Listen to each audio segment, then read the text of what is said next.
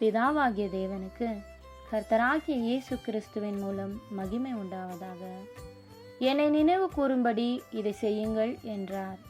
பஸ்கா கால சிந்தனைகள்.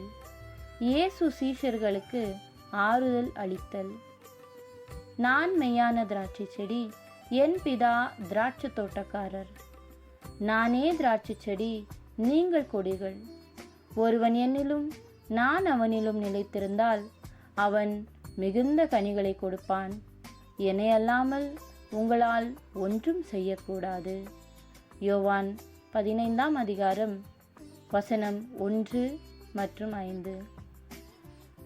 தாம் மெய்யான திராட்சை செடியாக இருப்பதாகவும் தம்முடைய பிதா மெய்யான திராட்சை செடியை நட்ட மெய்யான திராட்சை தோட்டக்காரராக இருப்பதாகவும் மற்றும் தம்முடைய பின்னடியார்கள் அந்த திராட்சை செடியின் மெய்யான கொடிகளாக இருப்பதாகவும் கர்த்தர் கூறுகின்றார். சிறிய முளையாக காணப்படுவதும் நல்லது, வாக்குத்தத்தத்தின் மொட்டுக்கள் இருப்பதும் நல்லது. கொடியாக வளர்ந்து கொடியானது கொடி சுருளை விடுவதும் நல்லது.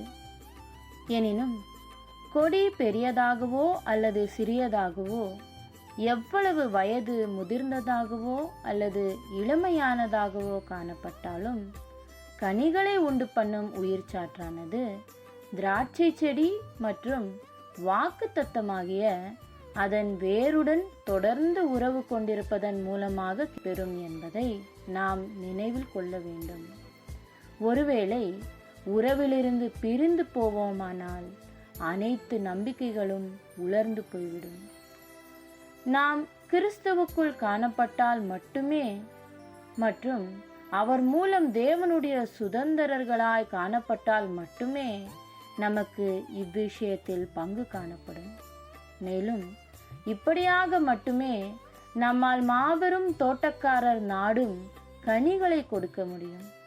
இந்த கனிகள் அப்போஸ்தலரால் ஆவியின் கனிகள் என்று விவரிக்கப்படுகின்றது. திராட்சை செடியின் ஆவியானது அனைத்து கொடிகளிலும் ஊடுருவிட வேண்டும் மற்றும் திராட்சை செடியின் கனிகளானது ஒவ்வொரு கொடியிலும் காணப்பட வேண்டும்.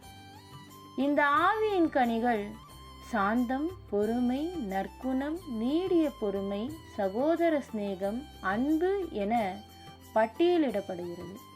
ஒருவேளை இவைகளெல்லாம் நம்மில் காணப்பட்டு பெருகும்போது இவைகள் நம்மை நமது கர்த்தரும் இரட்சகருமானவர் பற்றின அறிவில் வீணரும் கனியற்றவர்களுமாயிருக்க ஒட்டாது என்று அப்போஸ்தலர் குறிப்பிடுகின்றார். திராட்சை செடிக்கும் அதன் கொடிகளுக்கும் இடையே அப்படிப்பட்டதோர் ஒற்றுமை காணப்படுவதனால் நாம் ஒரு கொடியை எங்கெல்லாம் தொட்டாலும் நாம் திராட்சை செடியை தொடுகின்றவர்களாயிருப்போம். கிறிஸ்துவில் உள்ள இந்த ஒற்றுமையே கொடிகளின் பலம், கனி கொடுத்தல் மற்றும் தோட்டக்காரராகிய பிதாவினால் ஏற்றுக்கொள்ளுதல் ஆகியவற்றுக்கான திறவுகோலாக அல்லது இரகசியமாக காணப்படுகின்றது. ரீப்ரிண்ட் 3444 மற்றும் ரீப்ரிண்ட் 2464. ஆமீன்.